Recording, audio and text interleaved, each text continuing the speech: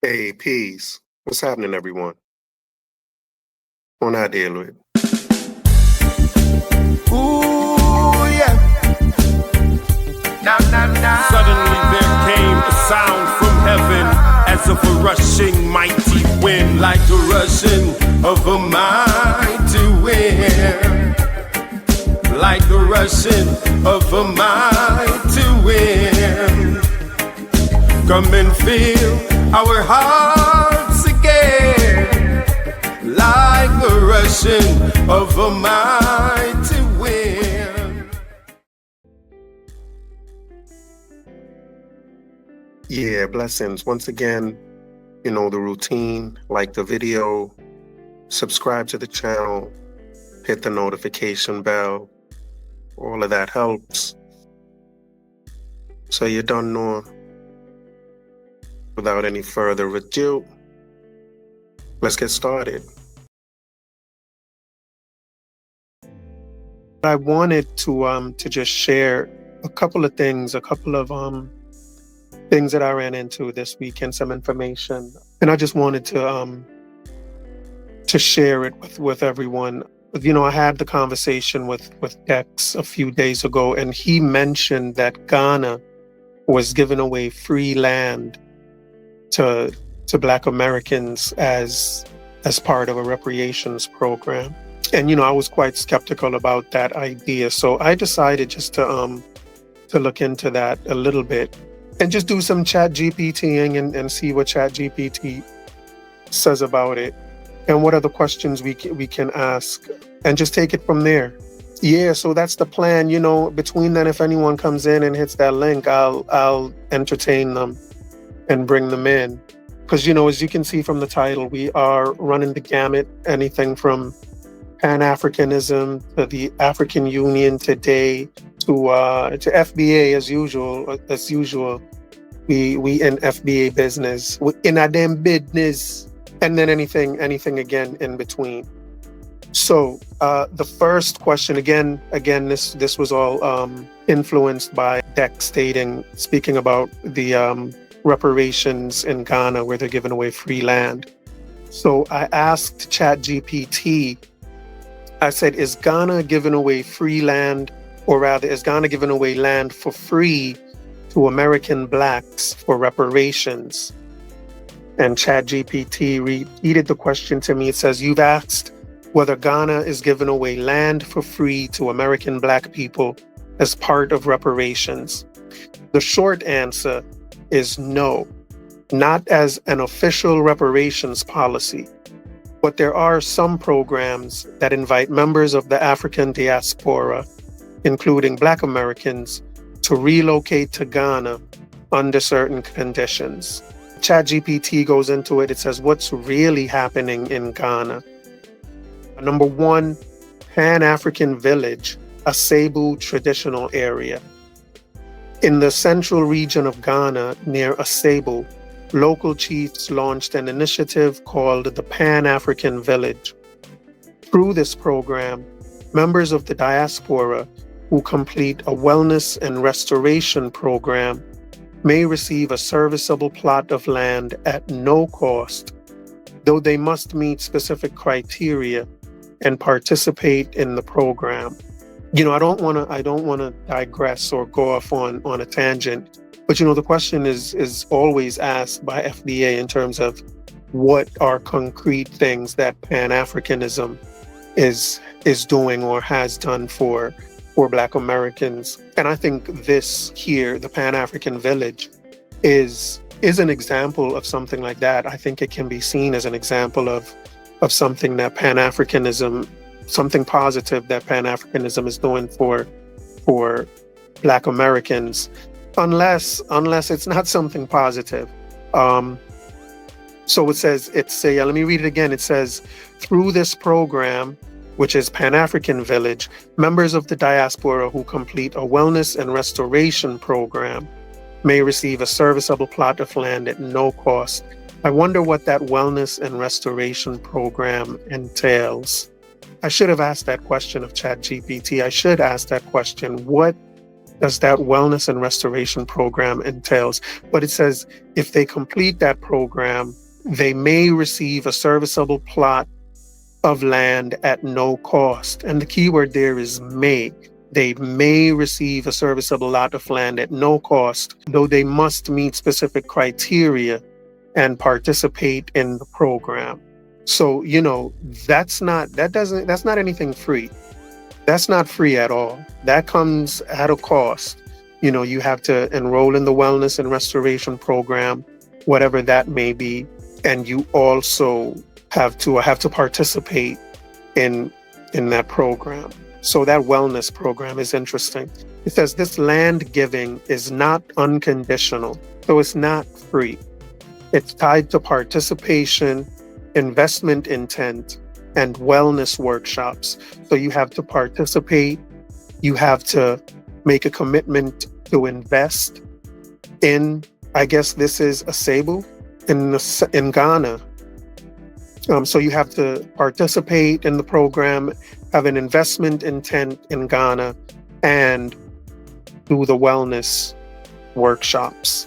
And again, it's interesting. I would like to know what that wellness program is all about. But before I do, I'll just continue reading. Number 2, the free land claims and misunderstandings. All right, so it says some media and blogs have referred to free land offers, particularly in places like Cebu. But these claims often oversimplify or omit the reality of program conditions, administrative hoops, or promotional language. So there's a lot to the fine print. There's a lot of fine print in this free land offer from Ghana and Cebu to be exact.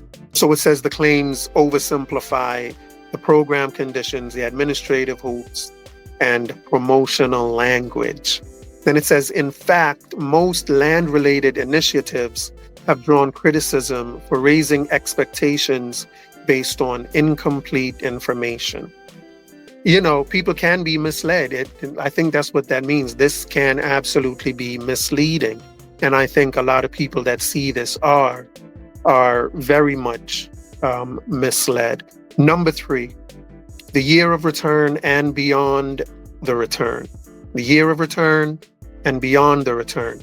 Since 2019, Ghana has run the Year of Return campaign, symbolic of 400 years since the first enslaved Africans arrived in the U.S. Under this initiative and its successor, Beyond the Return, Ghana has encouraged African diasporans to visit, invest, and resettle. Yeah, so there's the return to the year of return, and then beyond the return. The year of return and beyond the return. That's interesting. For some reason, I think that's leaving out the idea of staying, or at least the idea of staying there isn't either required or expected. Required, expected, or maybe even desired. Well, let's read on. There's no official policy to give land away for free as reparations. Instead, the focus is on tourism, cultural reconnection, investment opportunities, and citizenship pathways. And that makes sense to me as what any of those African countries would be pursuing in terms of a policy that deals with the diaspora. Cultural reconnection, tourism, investment opportunities, and citizenship pathways. You can have pathways to citizenship, but free land just doesn't sound like anything tenable or sustainable. Number 4, citizenship by concession. It says Ghana has granted citizenship to hundreds of African diasporans by presidential concession, including many Black Americans. However, this is not connected to land grants. It's more a goodwill gesture, acknowledging cultural ties. Let me read that again. Ghana has granted citizenship to hundreds of African diasporans by presidential concession, including many Black Americans. However, this is not connected to land grants. It's more a goodwill gesture, acknowledging cultural ties. So citizenship is what has been offered from Ghana.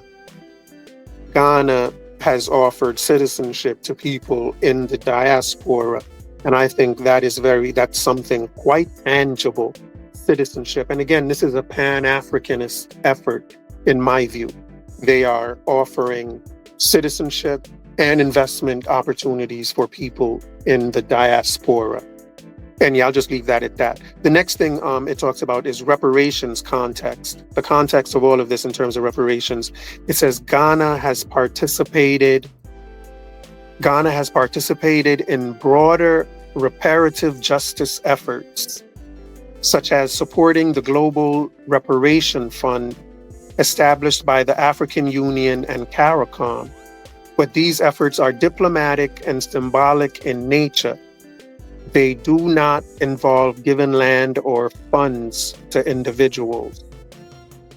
So that can be seen as something else, because I think this too is from a Pan-African perspective. The Global Reparations Fund, which is established by the African Union. I'm pretty sure the African Union can be seen as a Pan-African union. Somebody may choose to correct me if they know better. But it says these efforts are diplomatic and symbolic in nature. They do not involve giving land or funds to individuals. So the first question of whether or not they are giving land away, free land, so far the answer is no. The short answer has been no. The long answer so far is still no. But they are offering other things that I think can be seen as tangible. So the summary table: claim, free land for American Blacks as reparations. It says no formal nationwide reparations policy includes land grants. The next claim is Pan-African Village land giveaway. The reality is that this is possible for those who participate in specific programs, but not automatic. The next claim is citizenship or investment opportunities. Reality, there are active campaigns, the year of return, beyond the return, etc., focus on cultural ties and investment, but not reparations. So there are opportunities to become citizens and to invest, and there are investment programs that I think can be seen as tangibles. You know, they may need some time to sort themselves out and to become concrete in terms of how they're really going to work. But I think those are tangible things that are being offered. Last thing, reparations via land or money. It says Ghana is part of a broader reparations dialogue. Example, the Global Reparations Fund, but no direct land reparations to individuals. Final thoughts. There's no official reparations program in Ghana that grants land for free to Black Americans. However, some targeted programs like the Pan-African Village in Asebu offer land under specific conditions. These should not be conflated with reparations or widespread land giveaway schemes. All right, so there is no land giveaway scheme in Ghana, and I think it's fair to say anywhere else in Africa as part of a reparations plan. Nothing like that exists.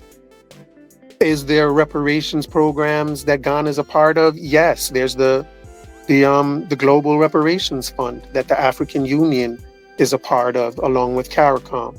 So they are speaking of reparations, and they are also speaking of reparations. They're speaking of it from a Pan-African perspective. Yeah, and so I think if we're going to be fair to the Pan-Africanists, I think this is more than concrete stuff that they are working on and that they have in mind. And that's the next thing I'm going to talk about, is what's the Global Reparations Fund. Thanks for sticking around. Thanks for hitting that like button. So we spoke about Pan-African contributions to the diaspora in the form of the Pan-African Village, the year of return and beyond the return, offers of citizenship, investment opportunities, tourism, and resettling. There are absolutely opportunities to resettle, but it's not through free land. It's not free. So I just wanted to clear up a myth that was out there from the get-go. All right, so the next question I asked ChatGPT is, what is the Global Reparations Fund? You know, there's nothing local that Ghana or any other African country is giving away for free in terms of reparations. I think investment, resettlement, investment is a more accurate way to frame what they're working with locally in terms of reparations. But they are a part of the Global Reparations Fund through the AU and CARICOM. So the next question I asked ChatGPT is, what is the Global Reparations Fund? It says the Global Reparations Fund is a relatively new initiative tied to the African Union, AU, and the Caribbean Community, CARICOM, created to push forward the case for reparations for slavery, the transatlantic slave trade, and colonialism. Here's a detailed breakdown. And I think that itself is worth reading one more time. You know what I mean? Sometimes it takes me a while to get a grip of things. So the Global Reparations Fund is a relatively new initiative tied to the AU and the Caribbean Community, CARICOM, created to push forward the case for reparations for slavery, the transatlantic slave trade, and colonialism. And here's a more detailed breakdown. The origins and purpose. The fund was launched in November 2023 during the Accra Reparations Conference in Ghana, which brought together African heads of state, CARICOM leaders, activists, and scholars. So this was in 2023. This fund was started in 2023. It was established as a joint AU-CARICOM project to consolidate and finance reparatory justice initiatives globally. Its primary purpose is to serve as a financial instrument that will collect and manage resources for reparations-related projects on behalf of African nations and the African diaspora. Yeah, I wonder if America is one of the nations they're going to be going against and petitioning for reparations. I wonder if America is going to be one of those countries. Interesting. The goals of the fund. Number one, justice for historical wrongs. It's to address the legacy of slavery, colonial exploitation, and systemic underdevelopment of Africa and its diaspora. Number two, global advocacy. Strengthen the call for reparations at the United Nations and other international forums, making the case that reparations are a legal and moral obligation. Number three, development financing. Channel funds into education, healthcare, cultural restoration, infrastructure, and economic empowerment projects in African and Caribbean countries. Channel funds into education, healthcare, cultural restoration, infrastructure, and economic empowerment projects in African and Caribbean countries. Yeah, I wonder if any of those funds are going to be channeled into African American communities. Because, you know, if African Americans are to support this fund, then I don't see why they should not also be beneficiaries of those funds.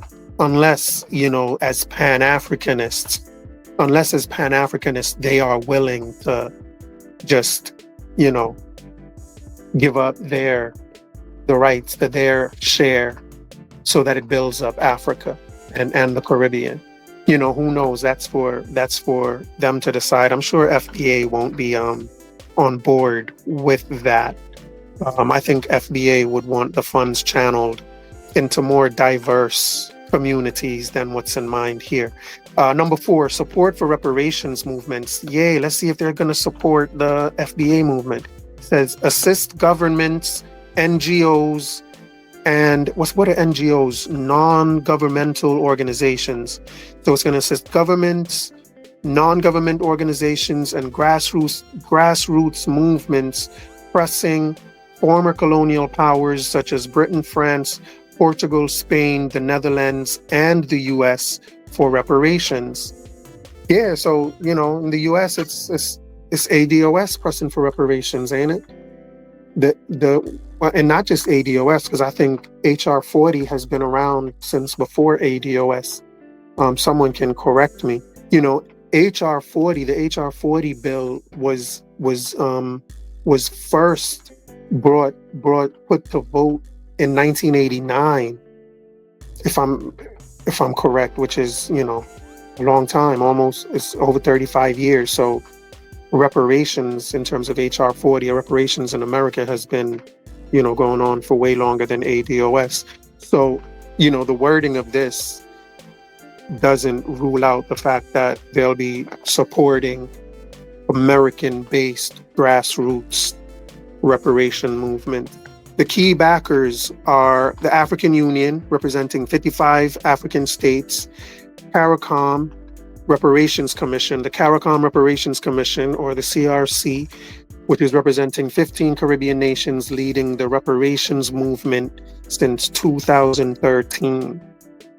Leaders like Ghana's President Nana Akufo-Addo and Barbados' Prime Minister Mia Mottley have been among the most vocal champions. So yeah, but I don't see FBA as one of the key backers or ADOS. Right now, it looks like it's just the Africa and Caribbean movement. How it differs from local efforts. It says, unlike national programs, example, Jamaica's Reparations Commission or Ghana's Beyond the Return Initiative, the GRF is global and collective. Y'all got to read about Jamaica's Reparations Commission. I've never read about that. I have to read into that and see exactly what that's talking about and where that's coming from. I'm interested. Next time. So the GRF, the Global Reparations Fund, is global and collective. It aims to pool resources, unify the reparations struggle, and negotiate with former colonial powers as a bloc rather than individual countries going at it alone. Yeah, so we are talking about the Global Reparations Fund versus U.S. domestic reparations. And the first thing we started reading about was the Global Reparations Fund, which is from the AU and CARICOM. Yeah, so the scope of this fund is international. It covers Africa, the Caribbean, and the global African diaspora. The focus is justice for slavery, colonialism, and transatlantic slave trade. Its focus is also collective negotiations with colonial powers, which is the UK, France, Netherlands, Portugal, Spain, etc. And the last focus is development projects, such as education, healthcare, infrastructure, and cultural revival.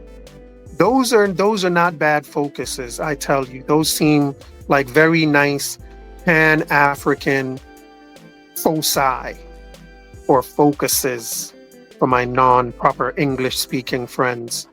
Yeah, that's a very good focus. I'm not mad at that focus at all. The leadership is the African Union plus CARICOM government. So it's an African and Caribbean thing. All right, so the leadership is the African Union plus CARICOM governments. The status is they were created in 2023, and they are in the early institutional fundraising stage. Now we're going to compare it to the U.S. domestic reparations, which is HR 40 and California's task force, etc. The scope of the U.S. domestic reparations is national, and it's focused only on Black Americans descended from enslaved people in the U.S. The focus is compensation for slavery and systemic racism in the U.S., which is Jim Crow, redlining, and mass incarceration. So even mass incarceration is part of, the focus, compensation from mass incarceration. Now, let me tell y'all, FBA are not the only people that have gotten caught up in mass incarceration. If mass incarceration is a real thing, it's not just FBA. Caribbean blacks are in there with them under this mass incarceration. So are African blacks. You know what I'm saying? So if there is to be, so this reparations is not just going to be for FBA. Immigrants are going to have a claim to this as well. Any immigrant that can show that their ancestor was locked up for no reason and was a part of this mass incarceration movement, then why wouldn't they have a stake of this fund that is going to be put together by our Congress? Y'all mad in y'all head. Y'all want a lawsuit or something? Y'all must want a lawsuit. All right, so studies, truth commissions, and potential payments or targeted programs is the next focus. Again, the last focus is studies, truth commissions, and potential payments or targeted programs. Yeah, so far with HR 40, I think it's only talking about studies. Truth commissions, I think, is just fact-finding stuff, I guess. And potential payments or targeted programs. The leadership, U.S. Congress members like Representative Sheila Jackson Lee with HR 40, state commissions, and grassroots group. The status is it is still under debate. No federal reparations enacted, though states like California have proposed frameworks.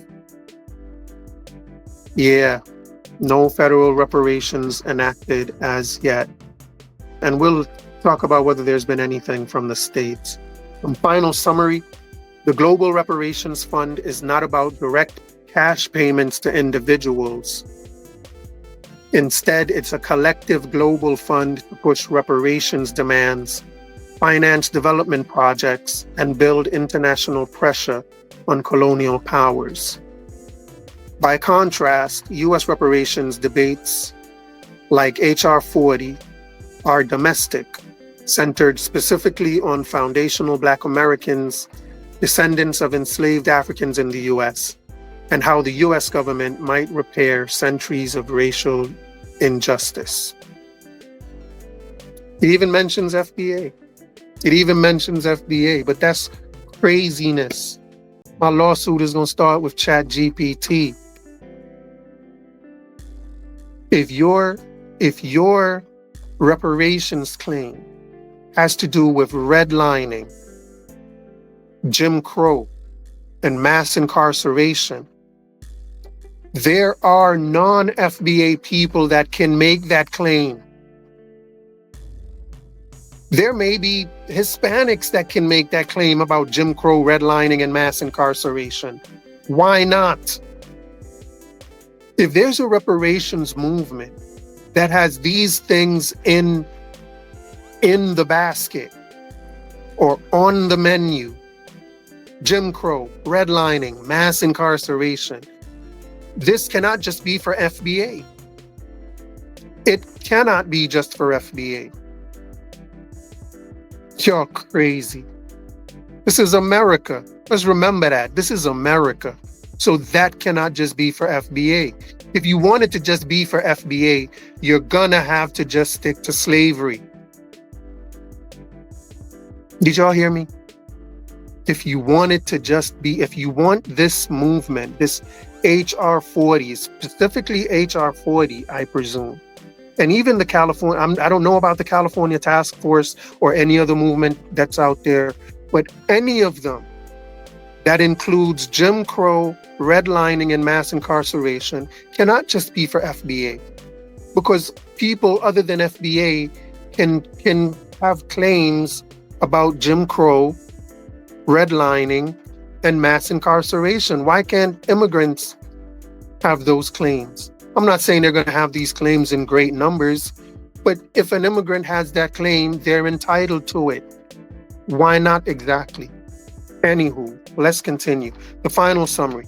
It says the Global Reparations Fund, or GRF, is not about direct cash payments to individuals. Instead, it's a collective global fund to push reparations demands, finance development projects, and build international pressure on colonial powers.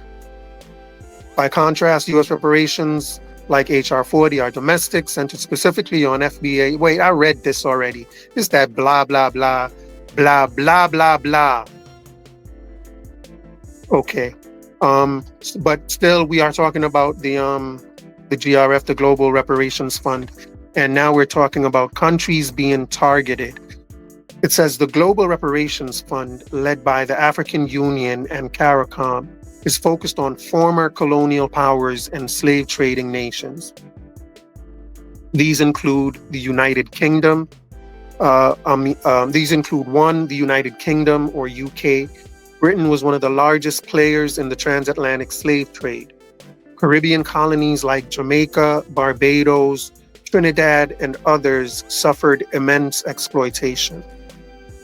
Reparations demands are strongest here, since the UK compensated slave owners after abolition in 1834, but gave nothing to the enslaved.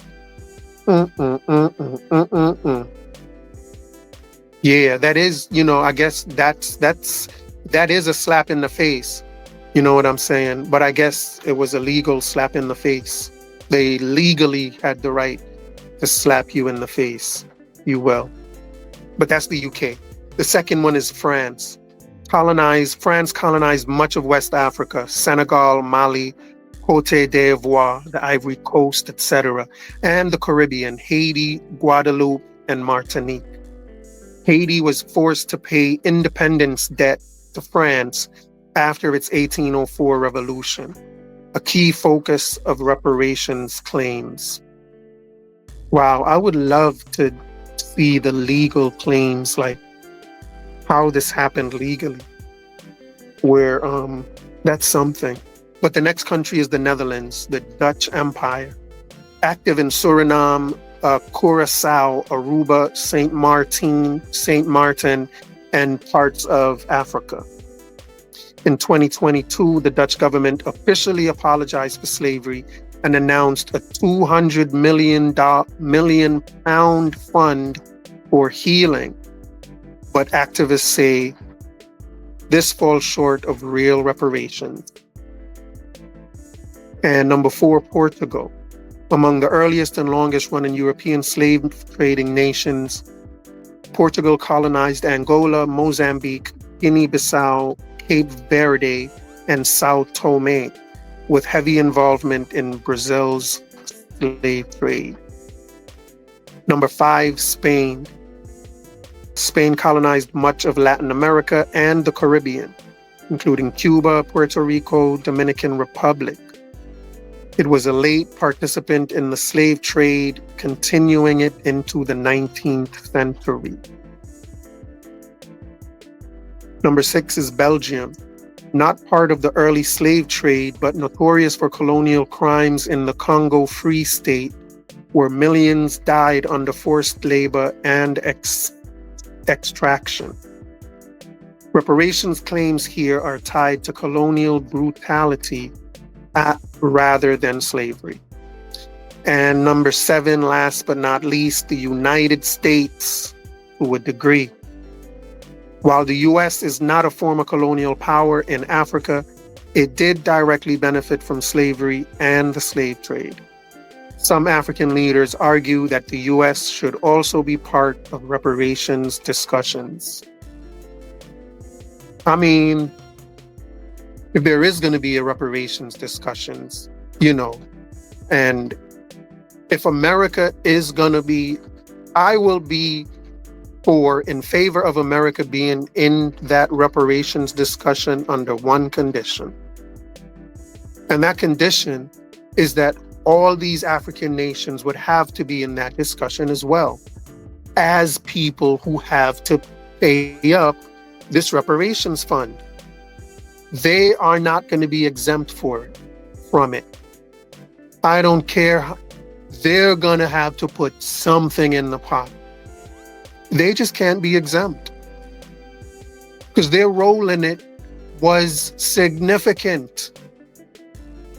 So it's not going to be ignored. If there's going to be a global reparations fund, all of those countries, those African countries that benefited from the slave trade, from the transatlantic slave trade, all of them are going to have to donate to this fund as well. That's the condition under which America and any of these other countries are going to be a part of this. And that has to be what is offered by these African countries. These African countries have to at least go to the table with that in mind, right? Listen, we're going to be in it too. We're going to donate too because, we had our role too. If not for us, y'all wouldn't have done nothing. So we going to do it too. But let's fix up this place. You know what I mean? And unless they're willing to, put that step forward, then I don't see why any of these European nations, especially America, should step forward. That has to be the first step, and it has to be made by them. And I don't know if they're willing to, and I don't know if they're going to be willing to.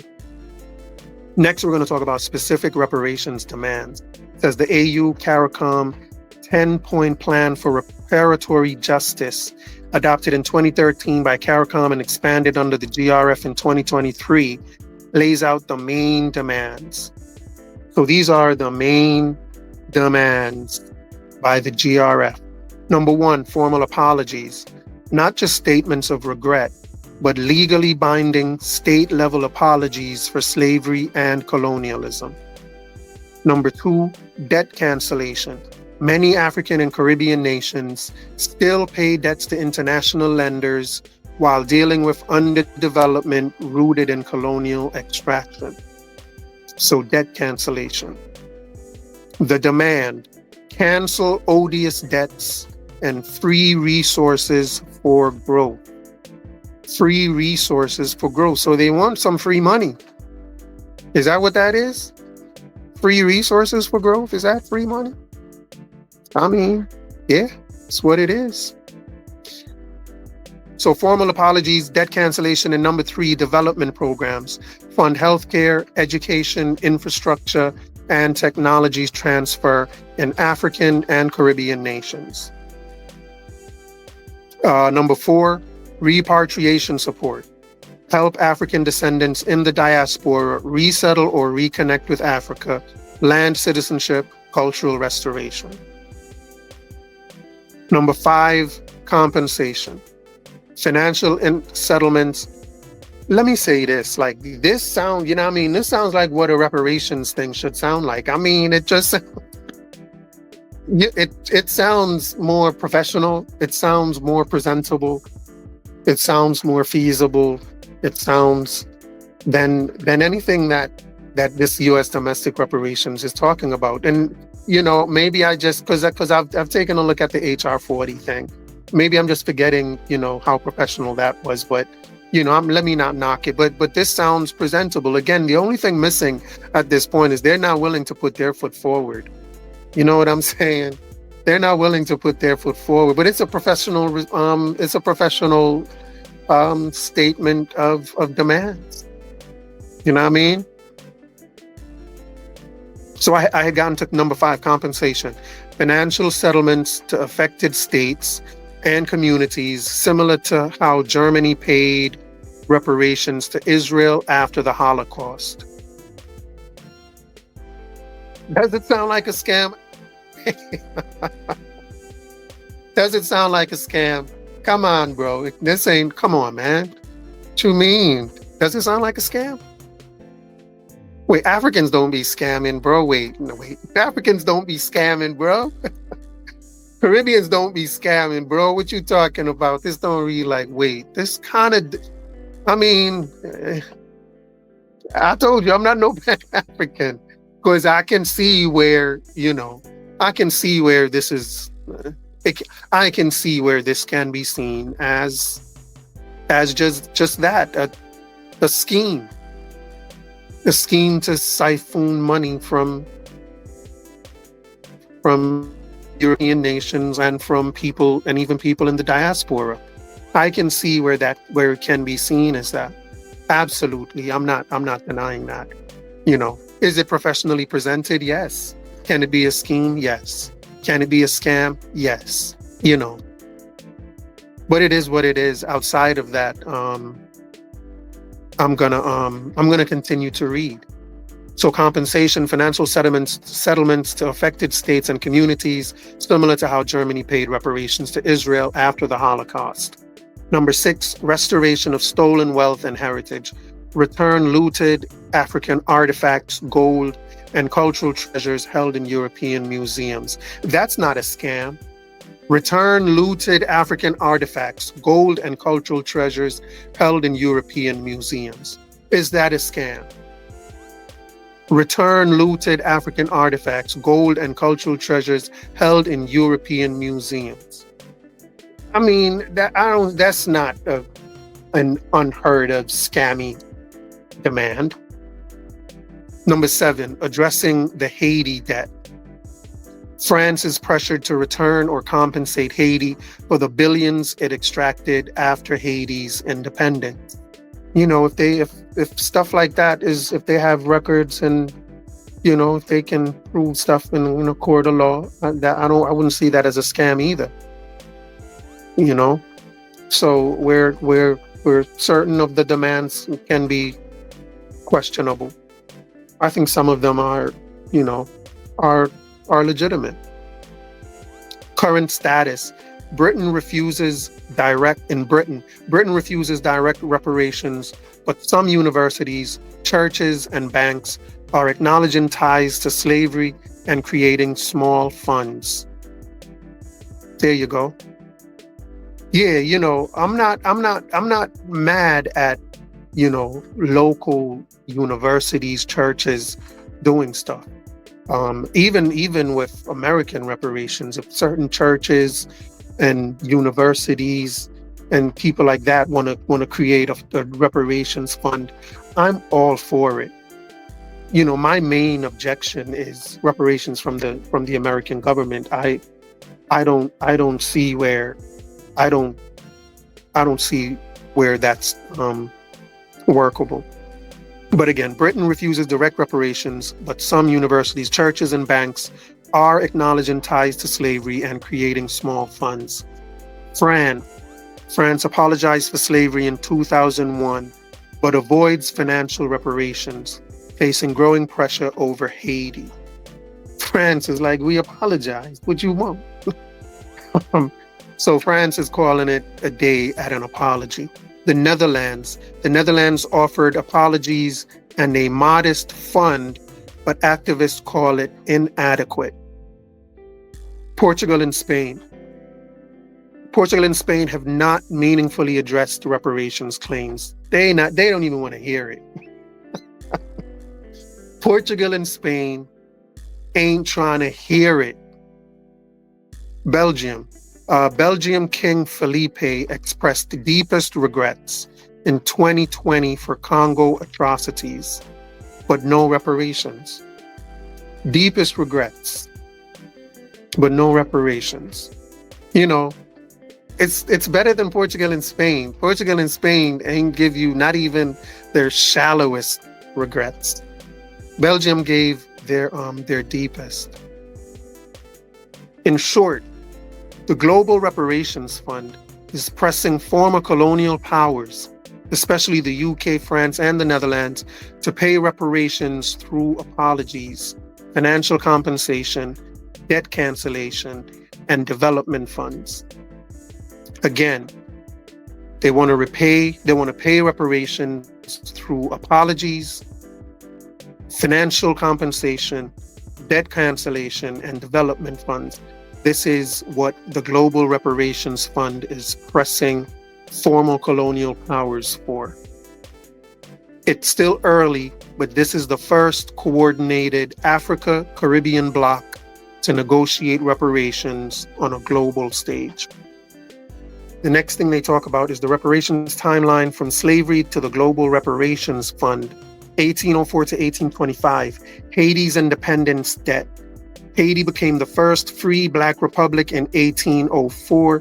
after defeating France.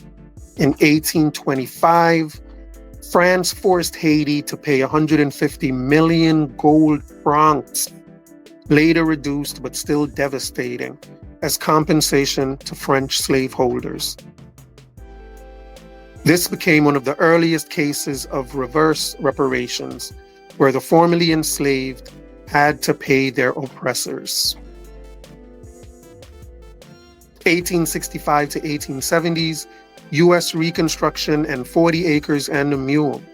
After the U.S. Civil War, General Sherman promised freed slaves 40 acres and a mule, Special Field Order Number 15. The promise was revoked by President Andrew Johnson in 1865. Instead of reparations, many Black Americans were pushed into sharecropping and poverty. 1900, yo, that's crazy.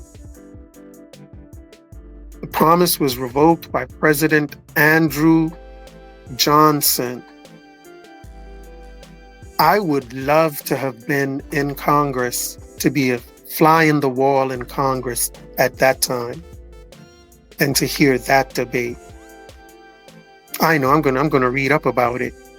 I'm gonna read up about it and see what I can find out about that. But that seems so interesting. The 1900s, and just so we know where we are talking about the reparations timeline. ChatGPT has just given us a timeline of reparations movements, if you will. It started with Haiti's independence debt and a mule from U.S. Reconstruction. And the next one is the 1900s to the 1940s, Pan-African calls for reparations. Leaders like Marcus Garvey from Jamaica and W.E.B. Du Bois from the U.S. raised the idea of reparations and repatriation to Africa. The Pan-African Congresses, 1919 to 1945, highlighted colonial exploitation and slavery as crimes against humanity. 1950s to 1970s, independence and reparations rhetoric. Newly independent African nations, Ghana, Nigeria, Tanzania, etc., raised reparations at the UN and OAU, Organization of African Unity. The call was largely symbolic. No binding mechanisms existed to force colonial powers to pay. 1993, the Abuja Proclamation. The first Pan-African Conference on Reparations in Abuja, Nigeria, declared slavery and hold on. You know what? Let me say this, man. FBA. Are y'all noticing what I'm noticing here? FBA in the house. Are y'all noticing what I'm noticing? This Pan-African movement for reparations goes back decades. Like, goes back way further than your reparations claims. You know what I'm saying? This FBA movement reparations thing is brand new compared to this Pan-African stuff. Let me continue. It says newly independent African nations, Ghana, Nigeria, Tanzania, etc., raised reparations at the UN and OAU. The call was largely symbolic. No binding mechanisms existed to force colonial powers to pay. 1993, Abuja Proclamation, the first Pan-African Conference on Reparations in Abuja, Nigeria, declared slavery and colonialism crimes against humanity, called for reparations from Europe and the Americas, helped establish reparations as a global movement beyond grassroots activism. All of these movements are going to go to naught, and they should, until they start making calls on Africa itself. 2001 Durban World Conference Against Racism. At the UN conference in Durban, South Africa, activists and states pushed for recognition of slavery as a crime against humanity. While slavery was acknowledged, former colonial powers blocked binding reparations commitments. 2013 CARICOM Reparations Commission. CARICOM, Caribbean Community, created a 10-point plan for reparatory justice targeting Britain, France, Spain, the Netherlands, and Portugal. Demands included formal apologies, debt cancellation, healthcare or education programs, repatriation, and compensation. This became the most organized regional push for reparations. 2019, Ghana's Year of Return, marked 400 years since the first enslaved Africans arrived in Virginia, 1619. Ghana launched the Year of Return, inviting diaspora Africans, especially Black Americans, to visit, invest, and reconnect. A symbolic step toward linking reparations discourse with cultural reconnection. 2020 to 2022, renewed global pressure. The murder of George Floyd 2020 reignited debates of systemic racism and reparations in the US and abroad. The Netherlands 2022 and some European institutions issued slavery apologies and created small healing funds, but activists called them inadequate. And finally, 2023, Accra Reparations Conference and Global Reparations Fund, held in Accra, Ghana, with the African Union and CARICOM, created the Global Reparations Fund as a financial mechanism to coordinate global reparations demands.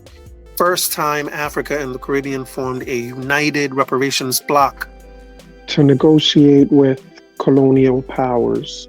The key takeaways: early 1800s to 1900s, reparations were mostly demanded by grassroots leaders Haiti, Garvey, and Du Bois.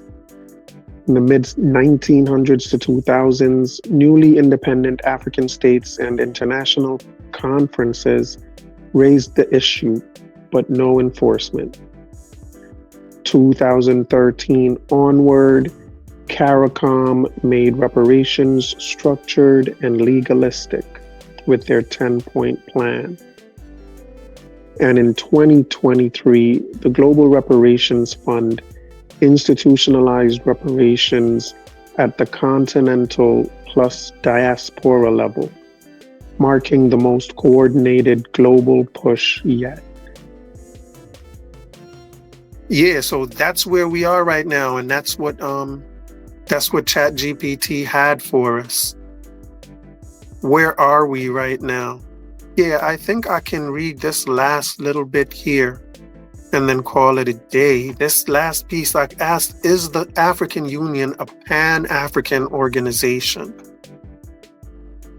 And ChatGPT says yes, the African Union is widely considered a Pan-African organization, though with an important distinction between its political structure and the Pan-Africanist ideology it draws from. So the African Union, which is pushing for the Global Reparations Fund, is a Pan-African organization. So when they ask, and keep in mind that for FBA, the most important thing is reparations. FBA was formed around reparations. Reparations is the FBA call. They're called the call for reparations. But keep in mind that the Global Reparations Fund is a Pan-African movement, which has been around forever. You know what I'm saying?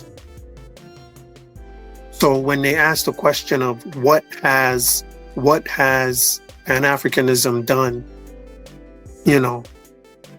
I guess we may need to see the results of all of these things. Whether or not people are really being given citizenship, whether, people are really having good investment opportunities, resettlement opportunities, whether these things are really truly happening,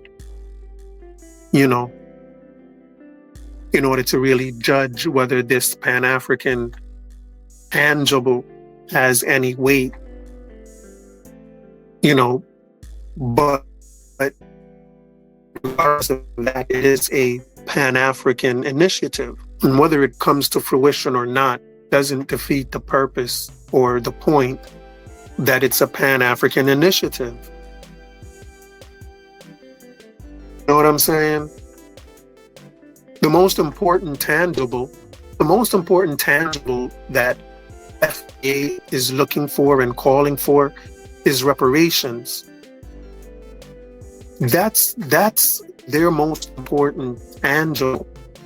All their tangibles are tied around that. And Pan-Africanism has been pushing for reparations since before FBA. But they claim FBA isn't trying to do anything tangible or doesn't have anything tangible to show. That's interesting. That's interesting. Yeah, man. I think I'm going to end it here, peoples. I think I'm going to end it here for today. Please hit that like button if it's not asking too much of you. Just hit that like button, please. I'll gladly appreciate it. Thanks for coming in, peoples. Y'all the best. I'ma holla at y'all soon. Blessings.